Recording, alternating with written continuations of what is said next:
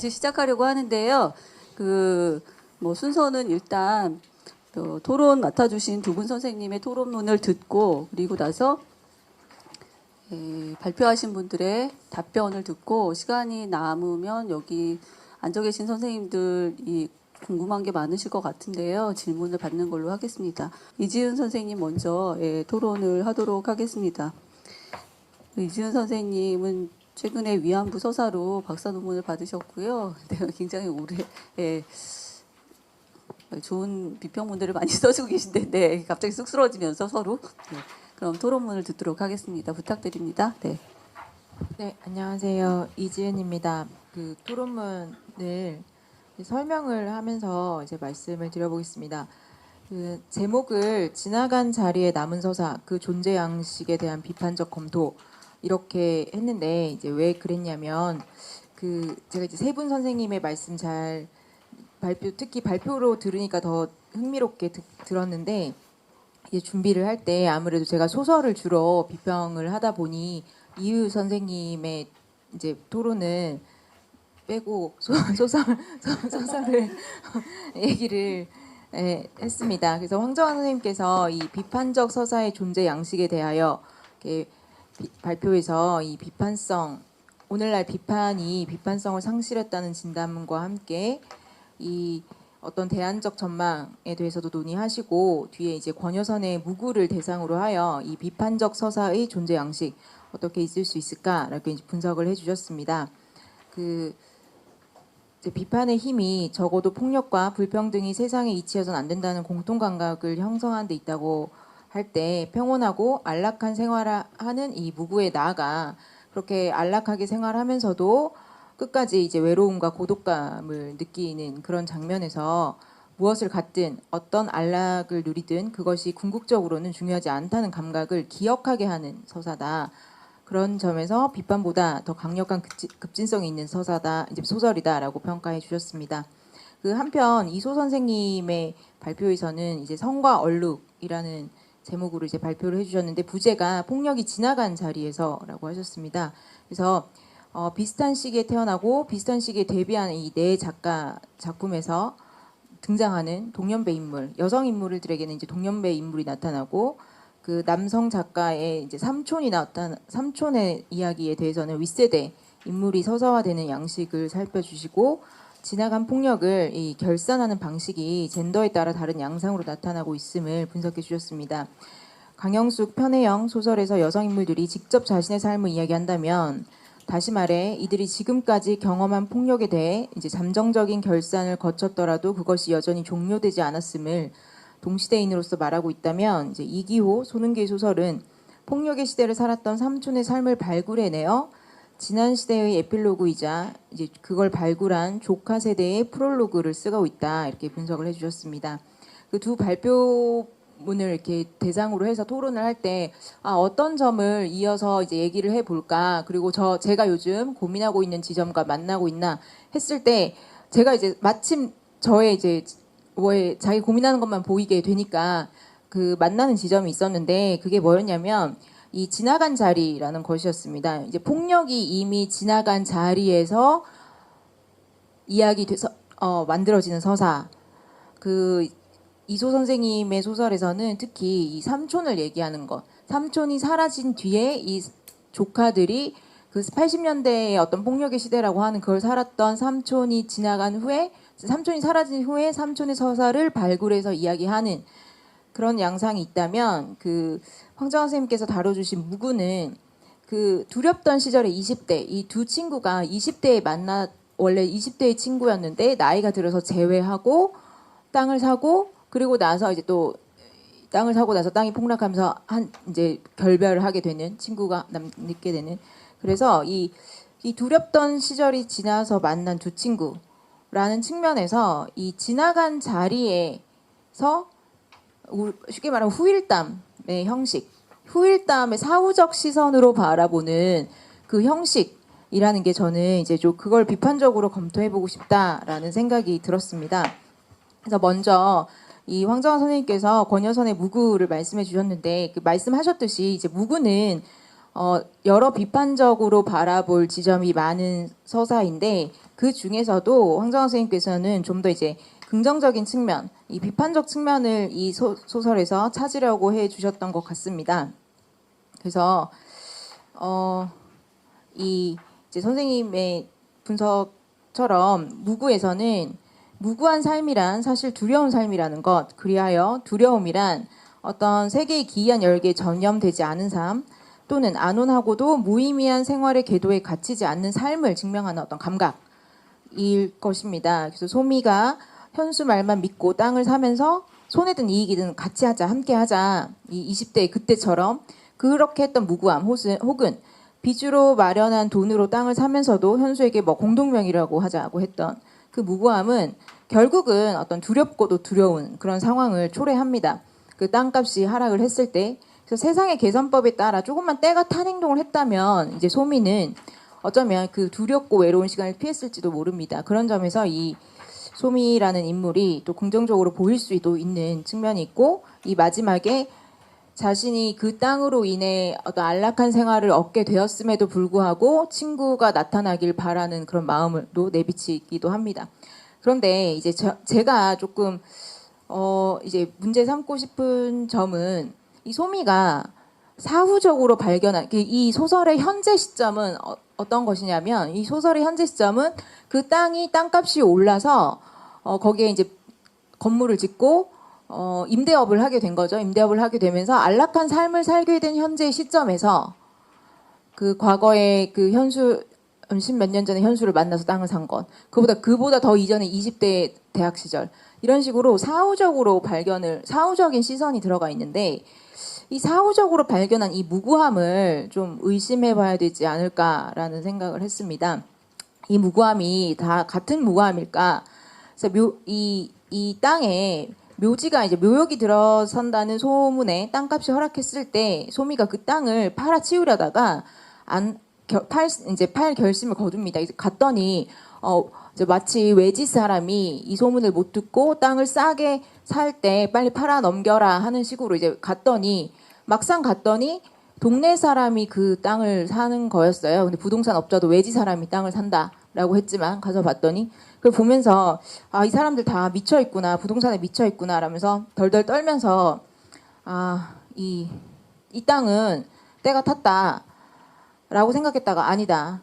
땅은 무구하다. 땅은 잘못이 없다. 사람들이 때가 탄 거다라고 하면서 소미는 그 땅의 무구함을 믿고 이 땅을 헐값에 팔려다가 안 팝니다. 그리고 나서 이제 결과적으로는 이 땅을 사려고 했던 빚 이자에 고생하긴 했지만 결과적으로는 이제 부동산이 오르긴 한 거죠. 그래서 이렇게 생각해 보면 여기서 소미가 믿는 땅의 무구함이라는 것은 사실 이제 부동산의 무구함인 것 같거든요. 그렇게 보면 이 사람들의 욕망을 만들어내는 어떤 자본주의적인 기제를, 욕망을 만들어내는 이 메커진, 이 욕망의 핵심을 무구한 것으로 두고 욕망의 주체만을 비난하는 방식이 되어 버린다고 생각을 합니다. 그러니까 이 땅은 무구한 것이다. 여기 사람들이 미쳐 있는 게 문제야라고 했을 때, 그렇게 되면 사실은 저기 있는 미친 사람들, 부동산 이 땅에 미친 사람들 모두 다 땅의 무구함을 믿기 때문에 저러는 것이 아닐까라는 생각이 듭니다. 그래서 땅의 무구함은 주체를 사실 주체의 욕망을 효과적으로 표백시키면서 주체로 하여금 자신의 욕망의 실체를 들여다보지 못하게 만드는 그런, 이것이야말로 자본의 무구함이 아닌가라는 생각이 들었는데요. 근데 사실 제가 하고 싶은 얘기는 이것이라기보다, 그런데 좀 더 이제 포커스를 두고 싶은 것은 땅의 무구함을 보다는 그 무구함을 쫓으며 이제 생기는 어떤 두려움, 이것을 이제 이 소급적으로 그때 덜덜 떨면서 땅을 안 팔았는데 이 두려움을 계속해서 소급적으로, 사후적 시선에서 소급적으로 현수와 다시 40대 때 다시 만나서 마치 마지막 젊은 시절처럼 겁도 없이 담배 피고 많이 웃고 겁 없이 땅을 샀던 그때에서 다시 소급되어서 그 현수가 자기가 20대를 회고하면서 우리 그때 젊었지, 두렵고 또 두려웠지. 두려움이라는 이 감정을, 이 기표를 매개로 이 땅의 무구함을 믿고 두려워하는 그 땅의 그 가격 하락이 있겠죠. 빚 이자 뭐 이런 것들을, 물론 이제 친구의 잠적도 있겠지만 그걸 그 사람들의 욕망을 두려워하는 그 두려움과 40대 현수를 다시 제외해서 마지막으로 젊음을 느끼는 그 두려움과 그것이 다시 사후적으로 소급돼서 20대의 두려움이 점점 연쇄돼서 같은 것이 될 때 제가 봤을 땐 질적으로 좀 다른 두려움들인 것 같은데 이것이 초점화자인 소미의 서사 안에서 연쇄된 결과 그 소미의 부동산으로의 어떤 자기 던짐이겠죠. 기투란 말 썼는데요. 부동산에 자기를 투신하는 것과 여기서 제대로 안 나옵니다. 현수의 과거는 제대로 안 나오는데 젊은 시절 현수가 노동 현장에 자신을 기투한 것이 같은 두려움의 지평에서 얘기되어서 될까라는 생각이 든다는 것이죠. 그랬을 때 왜 이렇게 매끄럽게 갖다 붙을 수 있느냐 이 두려움이 이게 여기서 이제 시점은 1인칭 시점은 아닌데 소미가 이제 초점화자이긴 합니다. 그래서 소미의 시선에서 자신의 두려움과 현수의 두려움이 매끄럽게 맞붙을 수 있는 것은 소미가 현수의 삶을 제대로 알지 못하기 때문이라고 생각을 합니다. 그런 얘기가 이제 소설에서 잠깐 나옵니다.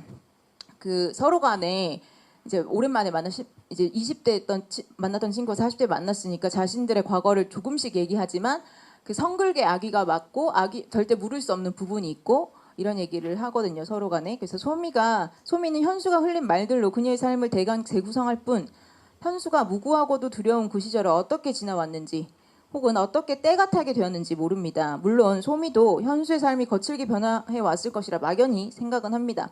왜냐하면 이런 표현이 나오거든요. 흰 티셔츠에 청바지를 입고 인문대 깃발을 흔들며 행진하던 늘씬한 아가씨가 이혼하고 혼자 딸 둘을 키우는 뚱뚱한 중년의 부동산 업자가 되었다는 걸 이제 자기도 보았으니까요.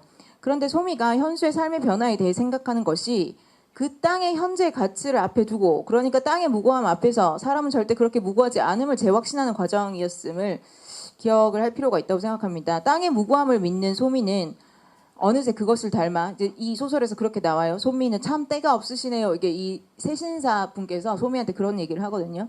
땅의 무고함을 믿은 소미는 이 안락한 삶을 살 때 어느새 그것을 닮아 유독 때가 없는 사람이 되었는데 그 소미의 그 무고함, 땅의 무고함을 닮은 거라고 저는 보는데요. 그것은 현수의 삶이 어떤 식으로 때가 타게 되었는지 이 현수는 말하지 않으니까 때가 타게 된 과정을 누락함으로써 젊은 시절의 무고함으로 채색되는 것이 아닌가라는 생각을 합니다. 그러니까 이 구조가 사실 이소 선생님께서 말씀하신 사라진 삼촌들의 삶이 이 연애서사로 발굴되는 그 구조, 조카들이 삼촌의 삶을 발굴하는 것과 유사한 것이 아닌가라는 생각을 했습니다. 그 이소 선생님께서 발표문에서 지적하셨듯이 폭력으로 시작되었지만 그 삼촌의 서사는 폭력으로 시작되었지만 낭만으로 결산을 치르고 상속되는 일종의 셈법이 작동하기 위해서는 삼촌들이 사라져야 된다고 합니다. 삼촌은 자기 삶에 대해서 발화하지 않고 철저히 조카들에 의해 발견되고 발굴됩니다.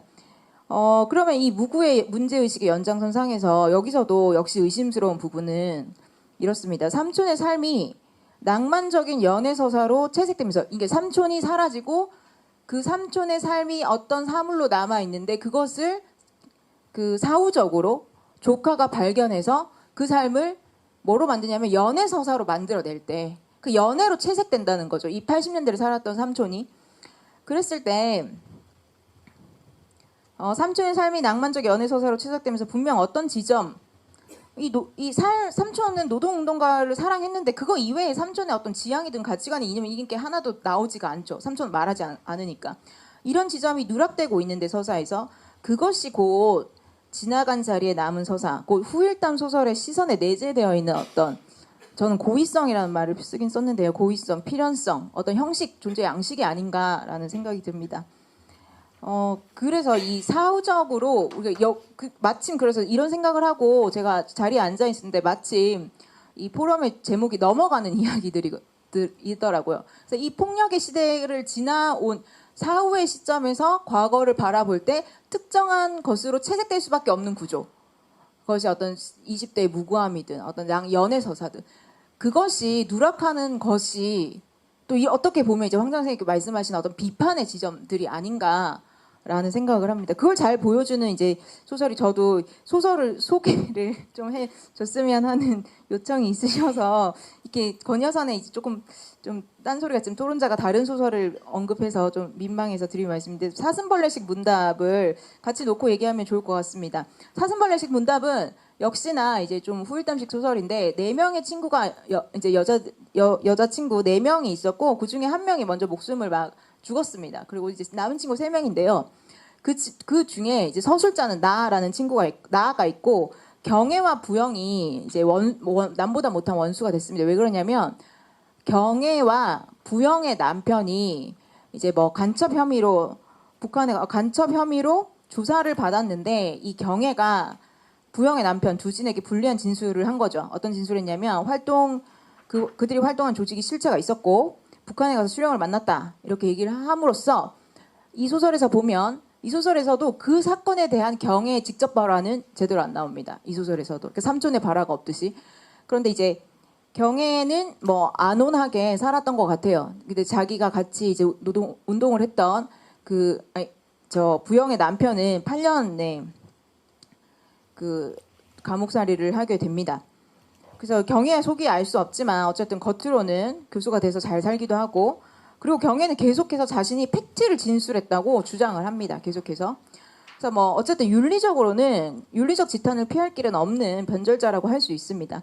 그래서 이런 것들 이 소설에 대한 이제 어떤 해설에서 보면 그래서 사실 이 비극이라는 것이 중요한 것은 육하 원칙이 아니다. 이 부영이 나에게 친구 셋이 남았는데 부영이 나에게 경애가 우리 남편은 그러니까 그 조직이 실체가 있다 그랬다. 팩트만 말한다고 그랬다. 네가 진술 한번 바꿔주면 남편이 나올 수 있는데도 자꾸 자기는 팩트라고 말한다. 이렇게 이제 경애를 통해서 나아가 듣는 이런 얘기가 있는데 이 얘기가 온통 말줄임표로 막 토막나 있는 것이죠. 그래서 비극은 어떤 정연한 논리로 전달될 수 없다는 듯이 그 비극에서 중요한 것은 존재 증명을 위한 육하 원칙이 아니라 그 비극을 겪는 이의 기막힌 애끓는 내면이다라고 이제 해설이 있었는데 뭐 이렇게 사실 동의할 수 있는데요.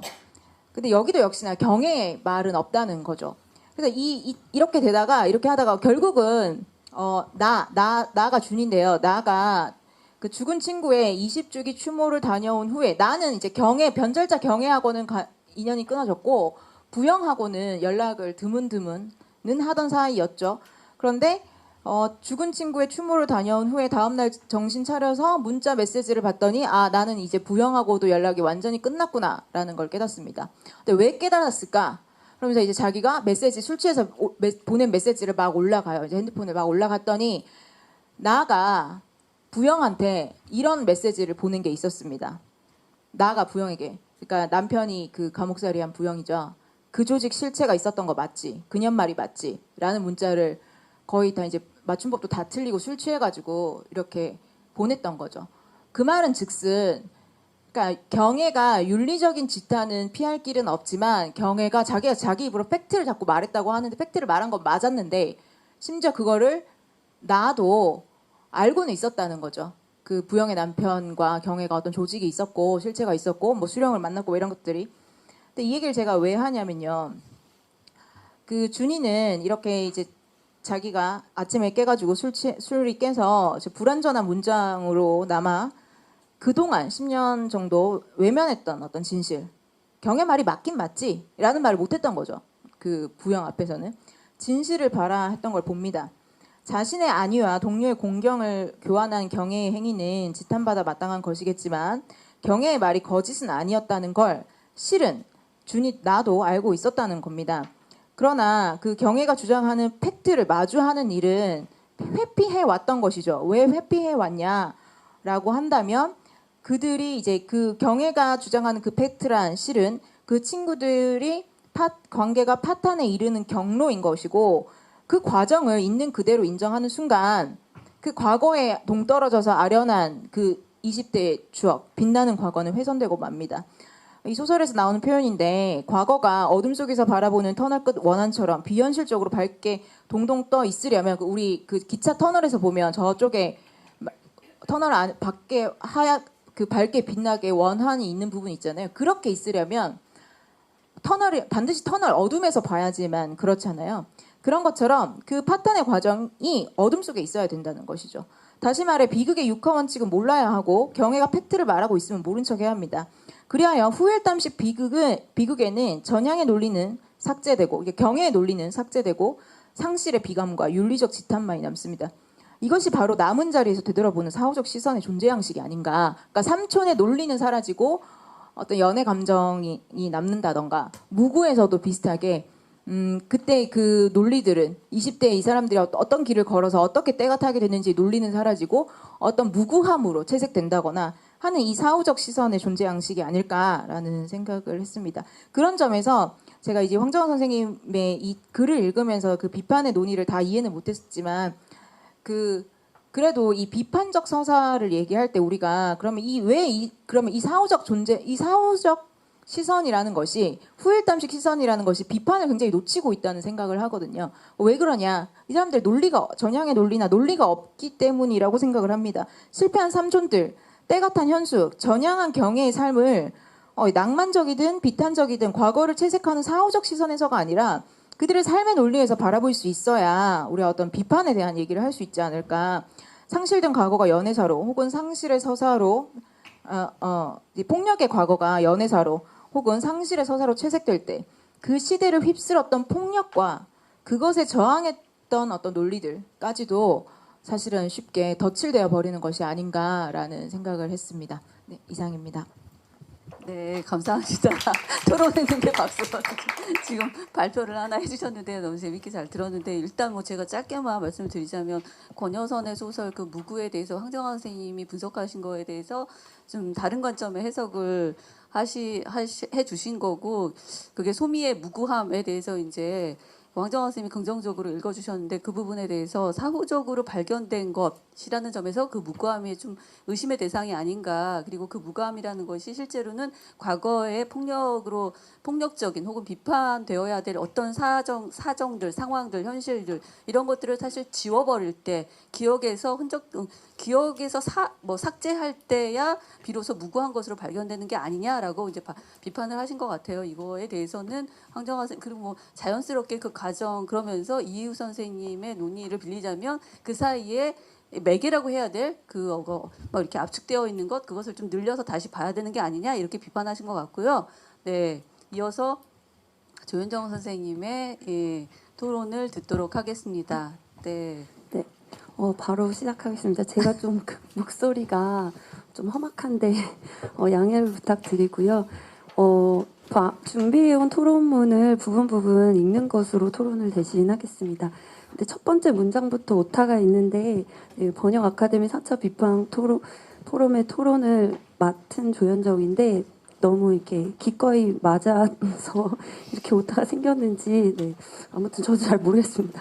네, 그래서 저는 이제 세 분 선생님 발표에 대해서 순차적으로 이제 질문을 드리겠는데, 먼저 황정화 선생님의 이제 글을 읽으며 좀 궁금했던 점을 말씀드리겠습니다.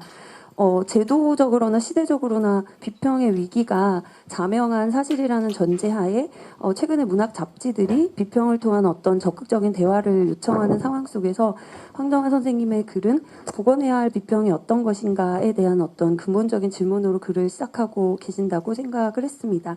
그래서 이제 이 비판을 통한 어떤 비평이라고 하는 거에 대한 좀 비판적인 인식도 드러내고 계신데, 비평의 위기 또는 더 포괄적인 문화의 위기는 비판이라는 범주의 사회적 효용이나 존재의 정당성을 지나치게 의존해온 것과 무관하지 않다라는 문장도 이제 확인할 수 있고, 라투르의 비판의 비판성에 대한 문제 제기를 경유해서 오늘날의 새로운 비판은 관찰, 즉 폭로나 적발의 행위 자체를 신비화하는 것이 아니라 집결하고 구성하는 활동을 향한 촉구가 되어야 한다고 이제 말씀을 하고 계십니다.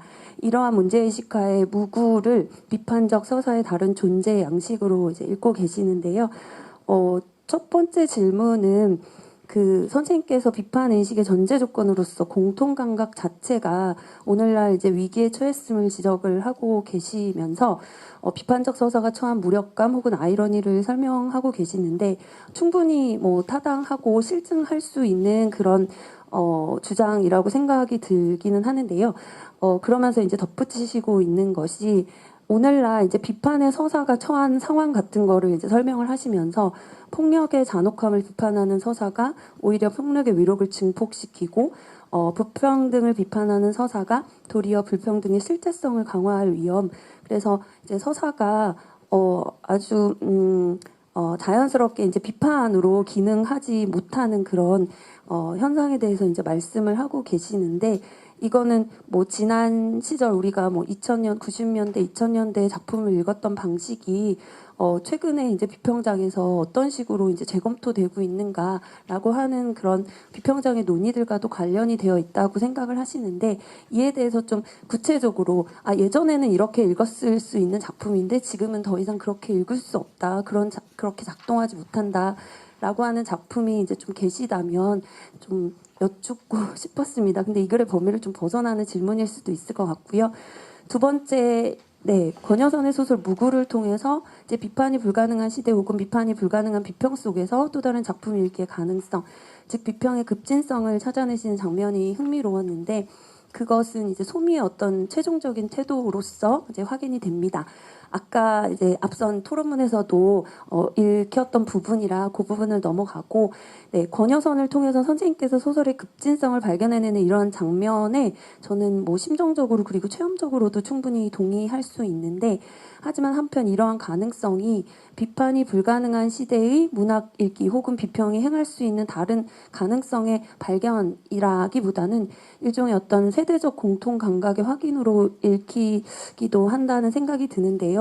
선생님께서 발표하시면서 이제 공통 감각에 대해서 좀 더 설명을 덧붙여 주신다고 해서 그렇게 답변을 해주실 거라고 이제 기대를 하고 있는데 결국 이제 특정한 공통 감각 없이는 비판이 불가능하다는 전제가 사실 다시 한번 확인되는 장면이 아닌가라는 생각이 들고 그렇다면 지금 여기에 문학장에서는 비판이 사실 불가능하다기보다는 서로 다른 공통 감각을 공유한 어떤 서로 다른 다양한 비판들이 산발적으로 공존하고 있는 것은 아닌가라는 생각도 좀 해보게 되었습니다.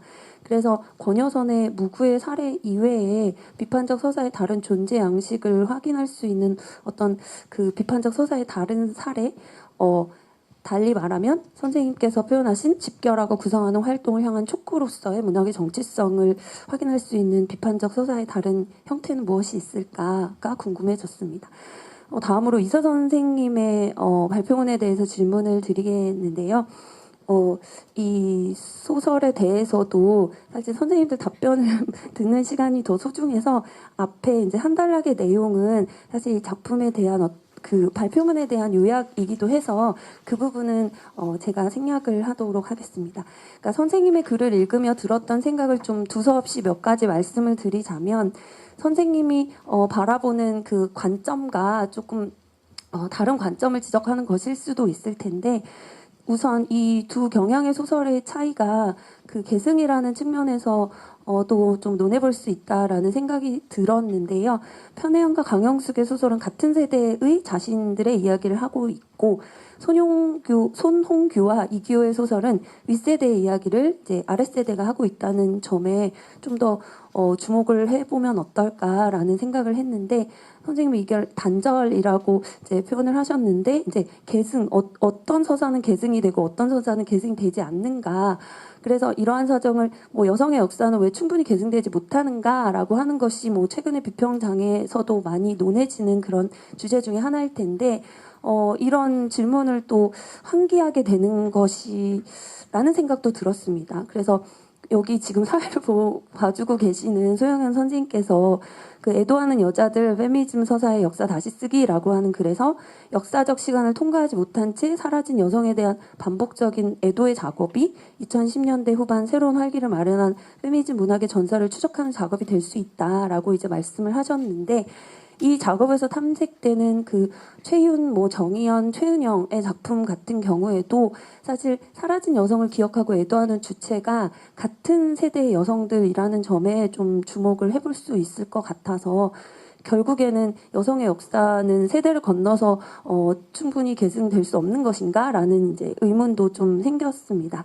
그런 점에서 그 밑에 제가 또 치명적인 실수를 범했는데 이미상, 김멜라가 아니라 이미상의 모래고모와 목경과 무경의 모험이나 최근에 이제 예소연의 사랑과 결함 등에서 등장하는 이제 고모의 서사가 흥미롭게 주목될 수 있다는 생각도 덧붙여 보았는데요. 이미 그 이소 선생님께서 이 이미상의 소설에 대해서도 굉장히 날카로운 이제 분석을 하신 바 있는데 이와 관련해서도 선생님의 좀 생각을 듣고 싶었습니다. 마지막으로 이유 선생님의 발표에 대해서 이제 말씀을 드리면 이제 선생님께서는 문학을 바라보는 관점의 조정을 제안하고 계신 것 같은데 재현의 관점에서 번역의 관점으로 이제 이동을 해야 한다.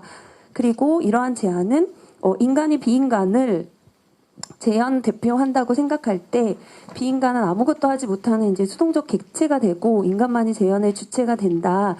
가 대상화가 된다라는 거죠.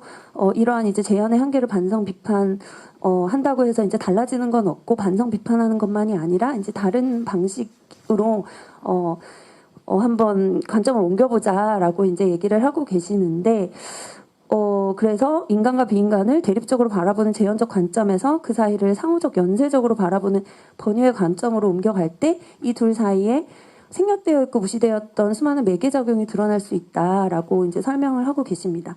그 첫 번째 질문은 사실 이러한 번역의 이제 과정이라고 하는 것이 비단 그 인간과 비인간의 어떤 결정적인 차이와 간극을 넘어서는 것뿐만이 아니라 결국에는 뭐 나와 인간적 존재로서의 나와 인간적 존재로서의 타자들의 간극 역시 동일하게 고려하는 것이 될 수도 있다라고 생각이 들어서 여기에 대해서 질문을 드린 건데 아까 이제 발표를 하시면서 결국에는 그런 뭐 인간과 비인간의 경우에만 한정을 두고 계신 것 같지는 않아서 이 질문은 그냥 넘어가도 될 것 같고요.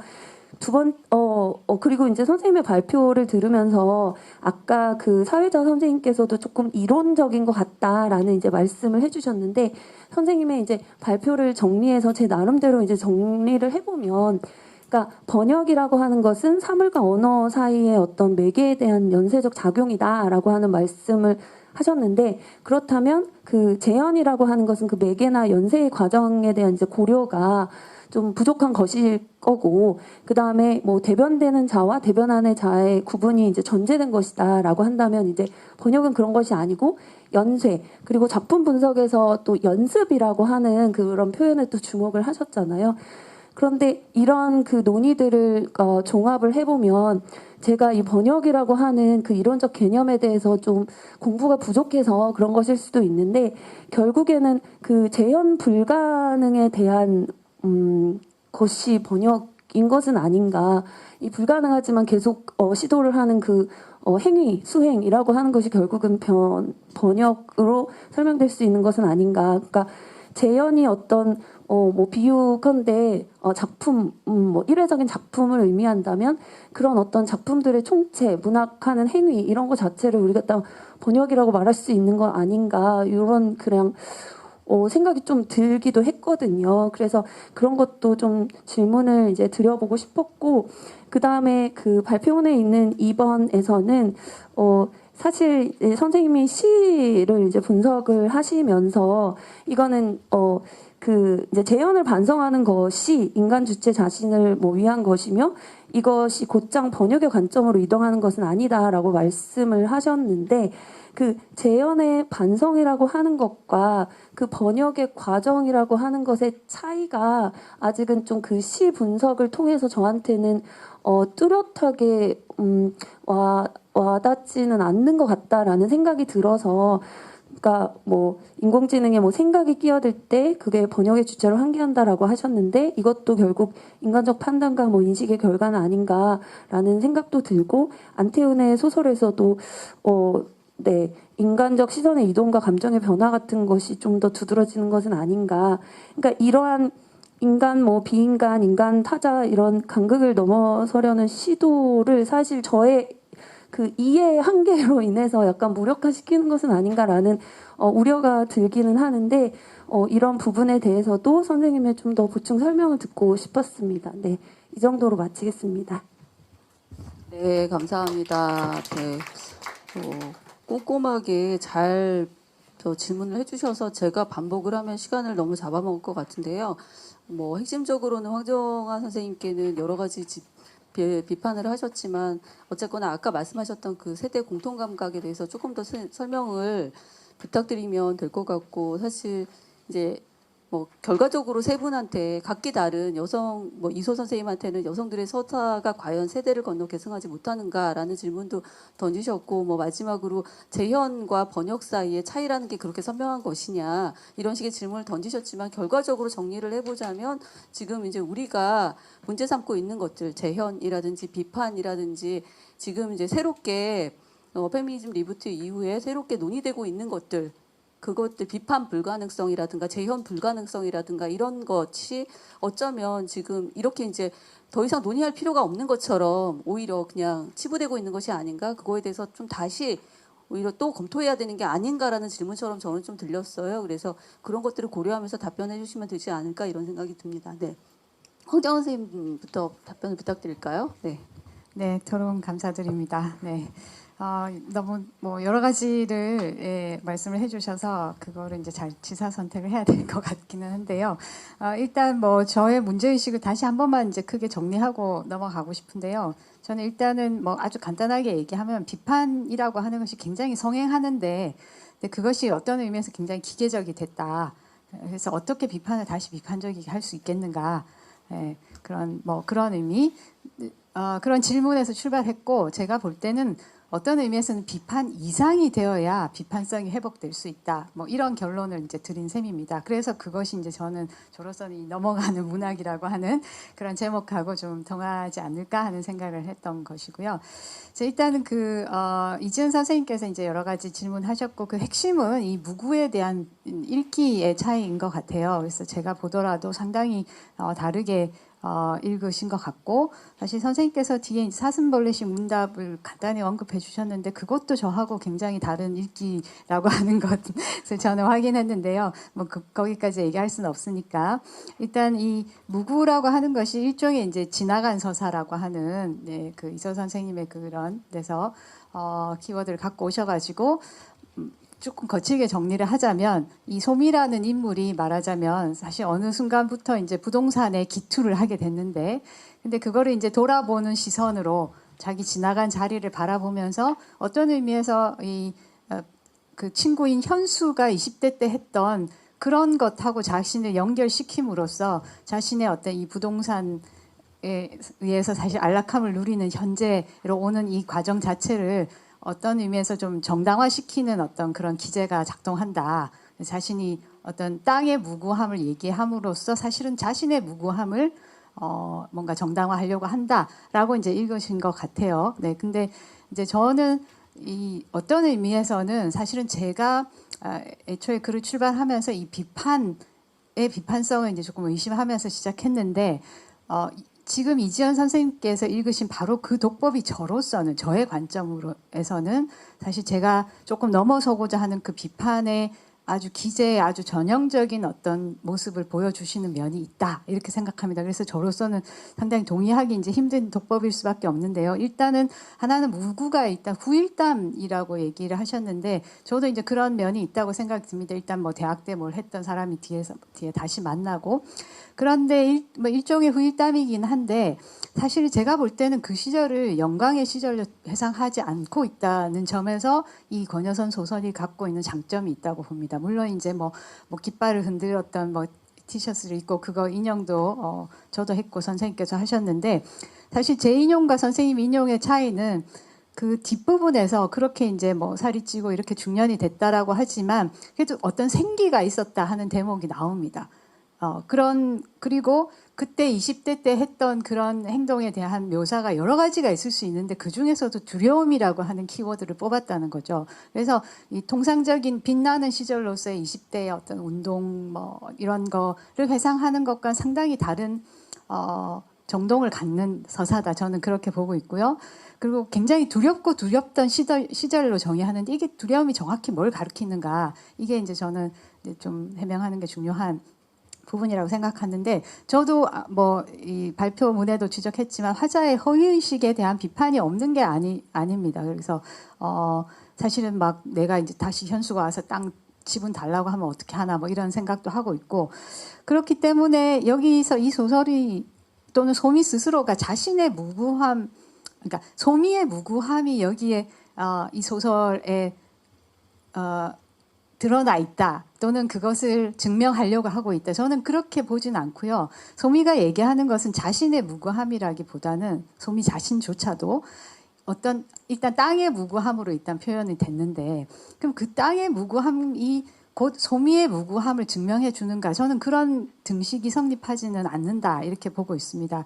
게다가 이제 이 무고함이 어떤 지점에서는 아이러니가 이제 사실 무구라는 표현 자체에 어찌 아이러니가 없을 수 있겠나 하는 생각이 들거든요. 그래서 일정한 아이러니가 있는데 제가 말하고자 하는 것은 그게 최종 지평이 아니다. 이 소설에 이렇게 이제 얘기하고 싶은 것인데요. 사실 중간에 땅을 파는 장면도 이제 저도 지적했는데 그게 어떻게 보면 실질적인 의미에서는 소미의 고통 해소가 됐을 거예요. 빚을 많이 졌으니까. 근데 사실 헐값에 팔기를 거부했다 이렇게 정리를 하셨는데 헐값에 팔기를 거부하고 돌아왔는지는 사실 작품 안에서는 명시되어 있지 않아요. 사실 그 땅을 팔면 상당 부분 어떤 재정적인 곤란을 해소할 수 있었음에도 불구하고 안 파는 걸로 어쨌든 되어 있거든요. 그걸 어떻게 해석하느냐를 떠나서 그렇기 때문에 제가 볼 때는 뭔가 그래도 팔았으면 현실적으로 고통 해소가 됐을 텐데도 안 팔았다라는 그 지점에 우리가 조금 주목할 필요가 있고 그러면은 그 왜 안 팔았나 하는 거는 어떤 땅에 대한 의미 부여가 있다고 얘기할 수 있겠지만 제가 볼 때 여기서 소미한테 땅의 무고함이라는 것은 현수와의 관계 어떤 무고함을 말을 하는 것이다 이렇게 봅니다. 왜냐하면 현수가 아니었으면 이 땅을 사지도 않았을 거고 현수와 공동으로 뭔가 하고 싶지 않았으면 사지 않았을 땅이기 때문에 그래서 어떻게 보면은 그 땅에 대한 그 의미 부여는 사실은 현수와의 관계에 대한 의미 부여고 그걸 그냥 땅에 대한 의미 부여라고 해석을 하더라도 그 땅에 대한 비부동산적인 의미의 어떤 애착이 있었다. 라는 것으로 이제 얘기할 수 있을 것 같아요. 그 비부동산적인 것에는 현수와의 우정나 우애라고 하는 것이 이제 포함되어 있다는 거죠. 근데 그게 불가능한가? 저는 그렇게 질문을 좀 하고 싶어요. 그러니까 예를 들면 어떤 땅에 대한 애착을 갖는다라고 하는 것은 반드시 그것은 부동산적인 애착일 수밖에 없는가? 궁극적으로. 그렇게 그거를 이제 다른 의미의 의미 부여가 있음을 부인하면 이제 모든 게 이제 자본주의적인 욕망이 되고 그러니까 자본주의적인 욕망에서 벗어날 수 없게 만드는 이 자본주의 시스템에 대한 문제 제기가 되고 이렇게 이제 연결이 될 텐데요.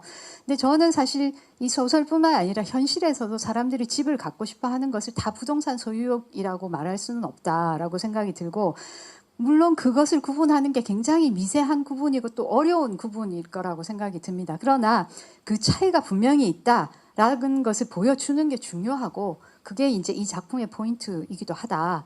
그 차이를 막아버리는 비판이 저는 오히려 문제다라고 하는 것이 이제 저의 포인트이겠습니다. 그다음에 이제 두려움도 상당히 중요한 비중을 차지하는데요. 이제 두려움은 이제 사후적으로 하자가 연결했다 이렇게 이제 말씀을 하셨는데 사실 이 작품에서 좀 명시적으로 연결을 그러니까 소미의 어떤 주관적인 연결이라기보다는 사실 어떤 점에서는 그러니까 이 작품 자체도 인정을 해주는 연결이라고 저는 생각했어요. 왜냐하면 이 화자가 소미가 이제 그 연결을 한 걸 두고 이 작품이 전적으로 아이러니를 갖고 있다고 보기가 어렵기 때문에 그런데 그걸 연결한 화자를 비판하는 제가 볼 때 이제 그 이지은 선생님의 그 근거는 오히려 어떻게 보면 20대가 갖는 그 두려움은 굉장히 무거한 것이고 그 이후에 40대의 두려움은 상당히 때가 탄 어떤 것이다. 혹시 그런 게 있는 게 아니고 왜 여기서도 그렇고 이 작품에서도 그렇고 20대의 두려움도 절대 무고하지 않다라고 생각이 들고 그렇기 때문에 두려움인 거죠. 20대 때 얘가 뭘 하거나 그게 왜 항상 빛나는 것으로 그려져야 되나? 또는 빛나는 것으로 이렇게 형상화된다고 전제해야 되나? 이런 생각이 들어요. 근데 저는 이 작품은 그렇지 않다는 게 후일담으로서의 이제 특성이다. 그것은 40대의 현수가 부정적으로만 그려지지 않는 것과 같은 것이고 그 맥락은 다시 지금 현재의 소미가 부정적으로만 그려지지 않는 것 하고 정확히 균형을 맞추면서 20대가 절대 무고한 20대로 그려지지는 않는다. 아주 잠깐 나오긴 하지만 그런 정도는 아니다라고 이제 생각하는 건데 그거를 이 연결을 이 작품이나 작가가 그걸 아이러니로 보지 않는다는 증거는 제가 볼 때는 더는 두려움이 없는 삶이라고 하는 것이 이제 이 소미가 지금 처한 상황이라고 할 수 있는데 그 더는 두려움 없는 삶은 긍정하지 않는다라고 하는 것이 어느 지점에서건 두려움을 갖는 것에 대해서 이 작품이 완전히 저거는 이데올로기적인 어떤 정당화 기제다라고 하지 않는 증거라고 저는 봅니다. 그래서 이 한쪽 편에 있는 거는 두려움 없는 삶이 있다는 거죠. 그 다음에 어떤 종류든 두려움을 갖는 삶이라고 하는 것은 완전히 두렵지 않은 삶과는 그래도 구분되는 어떤 것이다. 이렇게 이제 설정돼 있다라고 생각을 합니다. 그래서 물론 이제 두려워하면서 이 땅을 안 팔았죠. 근데 그게 결국 이득을 가져온 것은 사실이지만 아까도 말씀드렸다시피 팔지 않겠다는 것은 애초에 이 땅을 샀을 때 그 마음에 대한 어떤 충실성에 있다. 그거를 이 화자가 스스로 어떻게 해석하건 간에 그런 차원이 분명히 있다고 그려지고 그걸 지키지 못하고 안 지키고 싶어 하는 마음도 동시에 있는 거죠. 그걸 이제 팔러 간 거니까. 근데 그거에 대한 두려움도 동시에 있는 것이다. 여러 겹이 이제 동시에 들어 있다고 생각이 들고 그래서 이게 이제 두려움에 대한 해석 문제와 관련이 되는데 도대체 뭘 두려워하는가? 재산 상실에 대한 두려움인가? 네, 그렇게 보면 현재 삶의 화자 삶은 너무 단순하게 읽는다라고 생각이 들고 마찬가지로 20대의 두려움은 뭔 말하는가 그것도 단순하지 않다. 네, 그게 뭐 그런 건데 그래서 제가 볼 때는 이 결론적으로 말한 이 불화 세상과의 불화 이 차이 내지 불화를 도입하는 게 이제 두려움의 정동인데요. 이거는 세상의 이치와 불화하면서도 그 불화 때문에 나의 삶은 어떻게 될 건가? 그러니까 20대 때 그런 두려움일 거라고 저는 해석했어요. 이거 내가 지금 이렇게 하고 있는데 그냥 내 삶은 정말 망쳐질 것인가? 어떻게 될 건가? 하는 그런 두려움이죠. 그것도 무고한 두려움만은 아니거든요, 사실은. 예, 그런 것이고 동시에 근데 내가 이 불화를 지키지 못하면 또 어떡하나 하는 그런 두려움이 있는 거죠. 불화해서 어떻게 될 건가 또 두려워하고 불화하지 못하면 나는 어떻게 될 건가 하는 이 두려움이 다 있는 거죠. 그래서 그것이 어떻게 보면 역설적으로 불화를 유지하는 이제 힘으로 작동할 수 있다. 어느 정도는. 근데 더 중요한 거는 제가 볼 때 사실은 이 두려움이 강조되다 보니까 제가 말하고자 했던 바 이 우애라고 하는 이 정동 자체가 상당히 강조되지 못한 점이 이제 저의 글쓰기의 문제였다는 생각도 드는데요. 어쨌든 이 두려움을 공유함으로써 어떤 우애가 생겨났다 여기에 그 두려움이 우애의 토대가 됐다는 게 이제 좀 중요하고, 근데 그것이 어떤 사람들에게는 또 넘어가는 정동이 될 수 있는 것. 그러나 두려움 자체가 그런 일을 다 한다기보다는 그 두려움을 토대로 해서 형성한 그 우애의 어떤 실존을 긍정해야 제가 이 텍스트의 어떤 비판 이상의 어떤 것을 읽어낼 수 있는데 그 우애 부분이 상대적으로 좀 부각이 못됐다는 점을 제가 반성하고 있습니다. 그 다음에 이제 공통 감각의 문제인데 사실 저는 이게 아까 그 조현정 선생님 이제 토론하고도 통하는 얘기는 요 말만 빨리 하고 제가 끝내겠습니다. 저는 이제 공통 감각을 훼손하려고 하고 있다라고 하는 걸 이제 어느 텍스트를 통해서 그렇게 보여주고 줄 수 있겠나 하는 그 질문은 제가 사실은 불평등과 관련한 글을 이미 썼고 그 안에서 사실 제가 다뤘던 거는 좀 외국 작품을 좀 다뤘기 때문에 여기서 이제 얘기하기가 조금 힘든데요.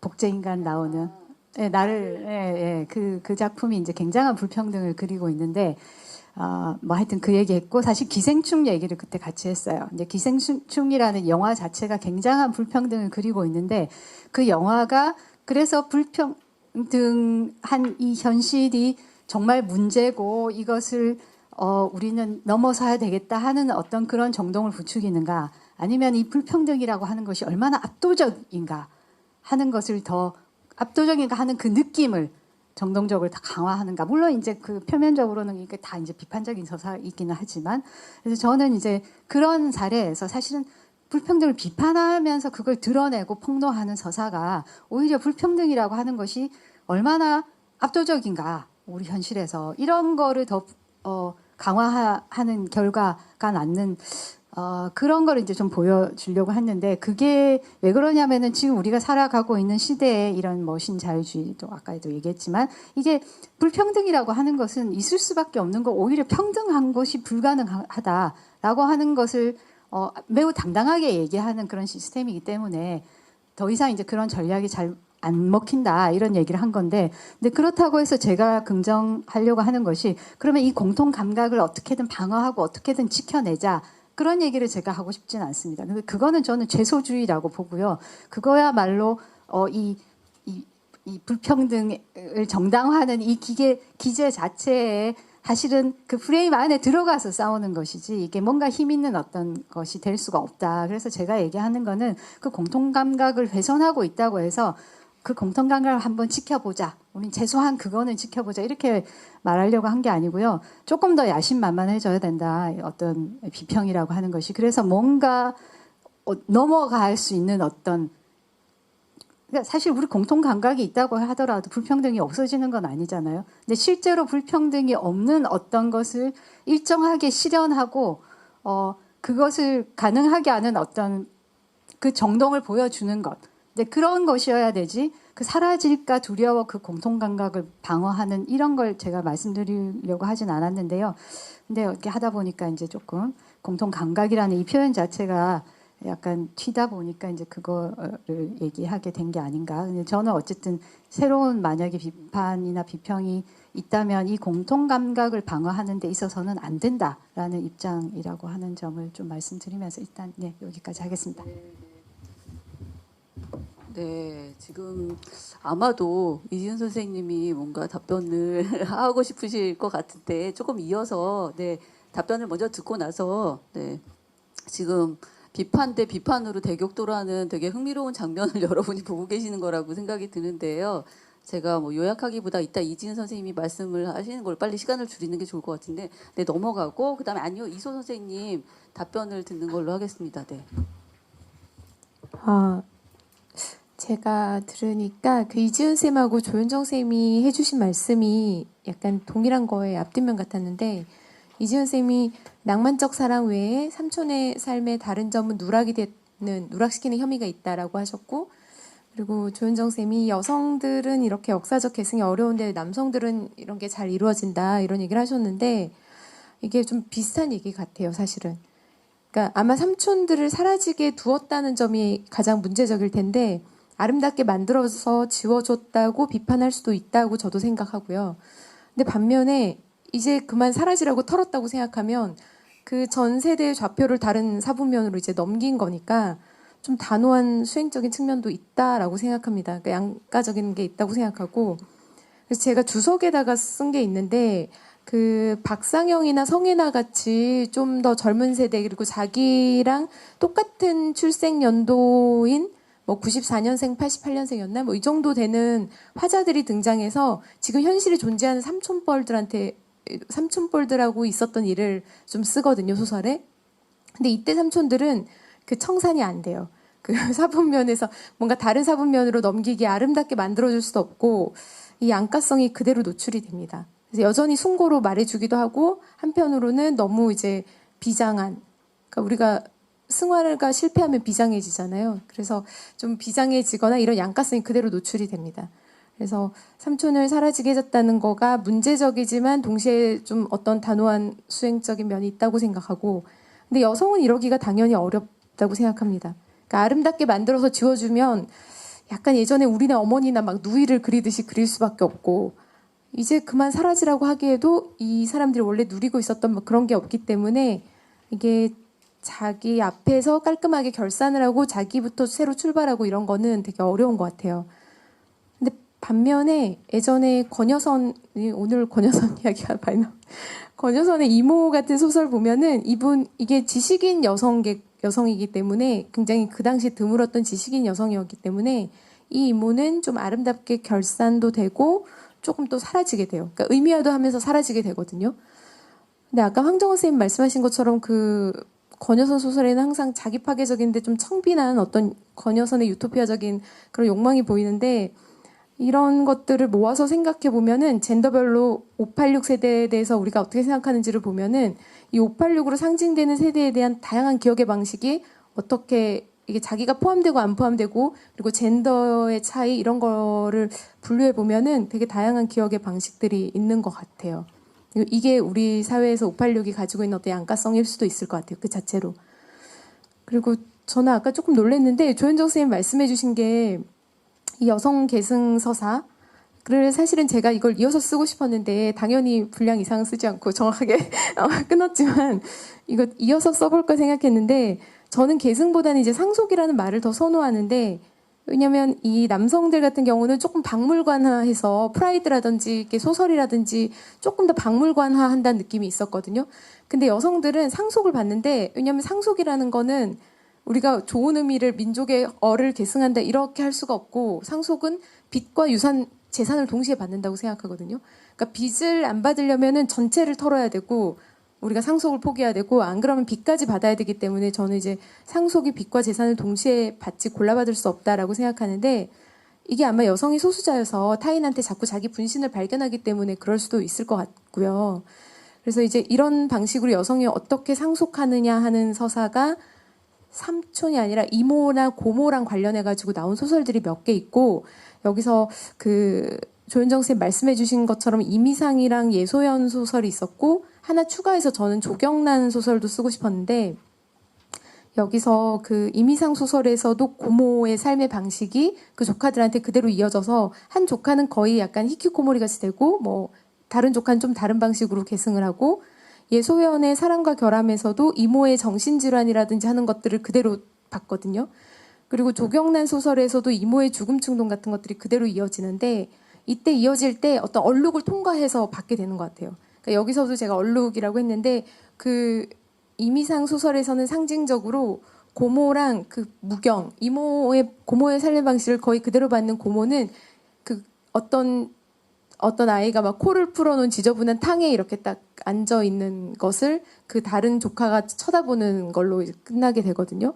그런 그 목욕탕이라든지 되게 더러워진 목욕탕이라든지 아니면은 예소연 소설 같은 경우는 고모가 먹다 뱉은 영성체랑 고모가 남겨둔 그 우울증 약 같은 걸 애가 털어 넣는데 그리고 거기 표현에 축축하고 퀴퀴한 몸이나 이런 표현이 있어요. 그러니까 자기 몸 자체가 축축하고 퀴퀴한 어떤 얼룩이 되어가는 과정이라고 생각할 수 있을 것 같고 또 그 조경란 소설에서도 이모가 정확하게 느끼는 감정인데 조카도 밖으로 나오기 싫어서 화장실에 계속 화장실 문이 열리지 않기를 바라면서 고장난 화장실에 갇혀 있으면서 막 화장실에서 어떻게 살지 막 이런 걸 막 해놓고 있거든요.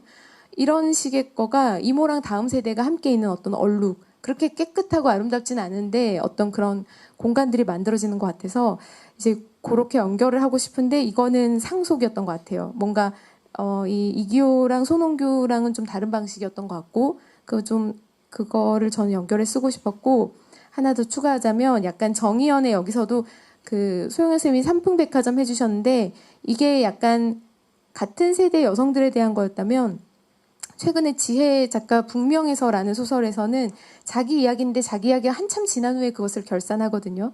근데 그때 구덩이를 보면서 자기가 있었던 북명 백화점을 생각하고 그 기억을 떠올리는 게 있는데 그 백화점이라는 굉장히 반짝거리고 우리 90년대 자본주의가 뭔가 막 발달하기 시작했을 때의 상징인 동시에 그것이 자신의 기억의 구덩이인데 그 구덩이를 자기는 사랑하고 이런 굉장히 복합적인 그러니까 제목 자체도 사랑과 결함이 동시에 자기가 상속받게 되고 조경란도 검은 개와 흰 말을 동시에 상속받게 되는 이런 게 약간 젠더랑 관련이 있을 거라고 생각이 들어요. 세대는 다르지만 그래서 요거를 좀 연결해서 쓰고 싶다라고 생각했지만 네, 또 그렇게 또 자발적으로 쓰진 않아서 언젠가 청탁이 들어오면 쓰도록 하겠습니다.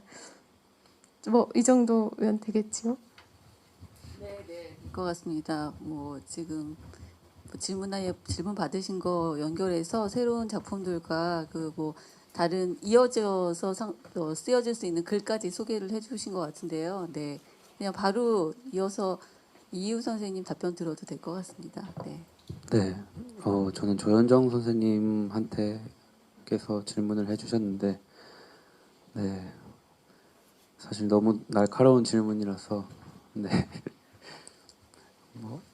일단 그 재현과 번역의 관계에 대해서 얘기를 좀 더 해보자면, 일단 둘이 완전히 분리된 그런 실천 같다는 생각은 안 들고요. 앞서 얘기했듯이 그런 번역의 어떤 많은 매개 연결성이 생략이 된 결과로서 재현이 있는 것이고,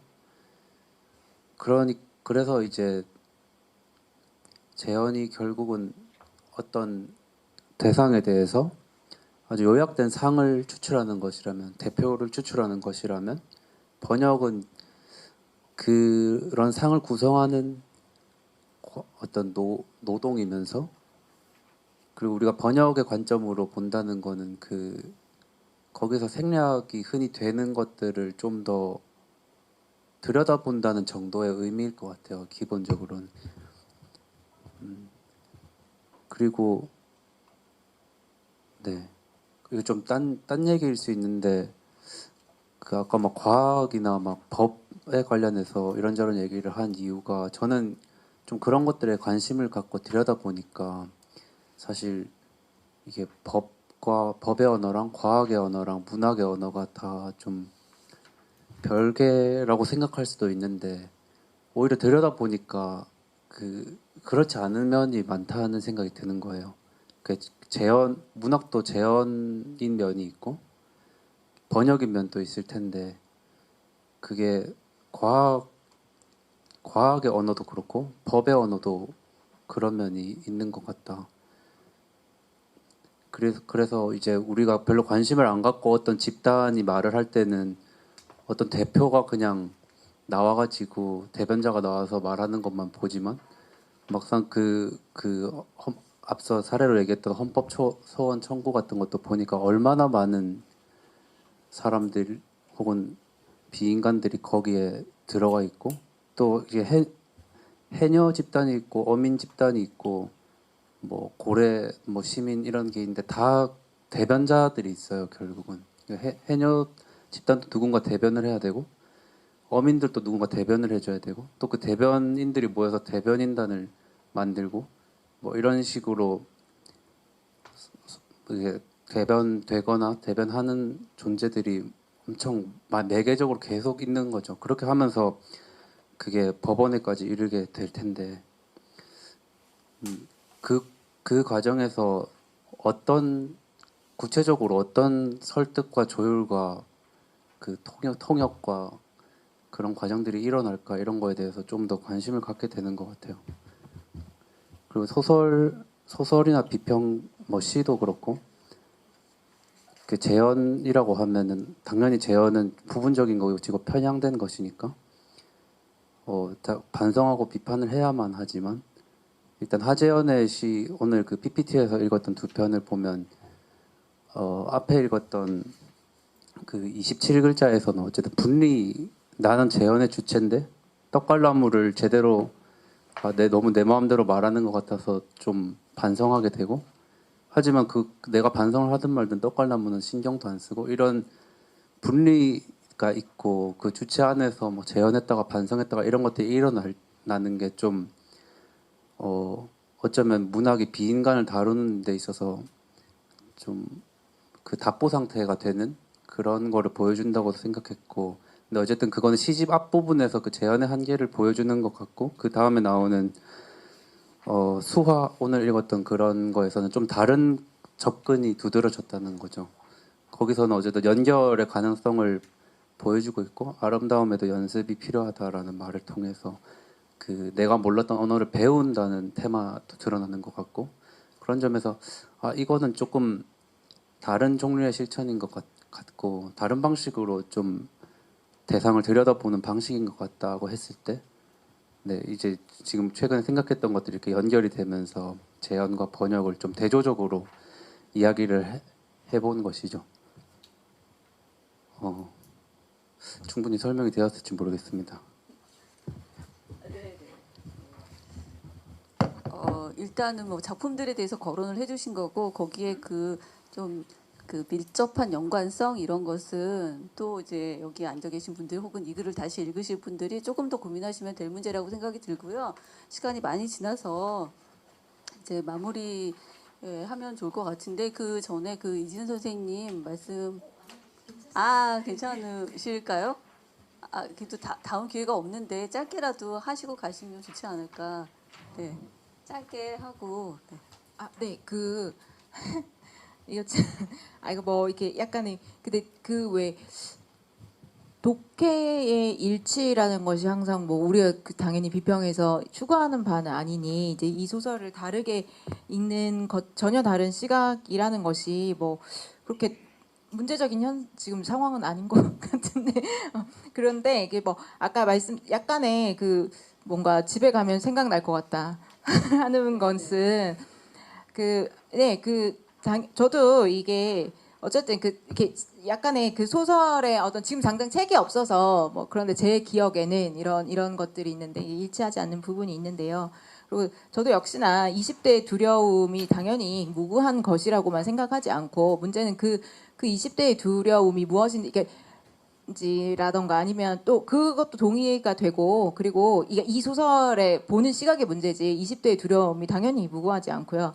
그리고 비부동산적 애착이라는 것도 정말 제가 많이 생각하는 부분인 것 같습니다. 선생님과 강조점이 다르거나 뭐 또 모르겠어요. 선생님 말씀 듣고도 이제 집에 가서 고민 많이 해볼 것 같은데 제가 정말 어디에 갇혀 있나 이런 생각도 하게 되는데 그런 생각 많이 합니다. 이 뭐 태완성이라고 하잖아요. 돈으로 교환될 수 있음이라는 성격.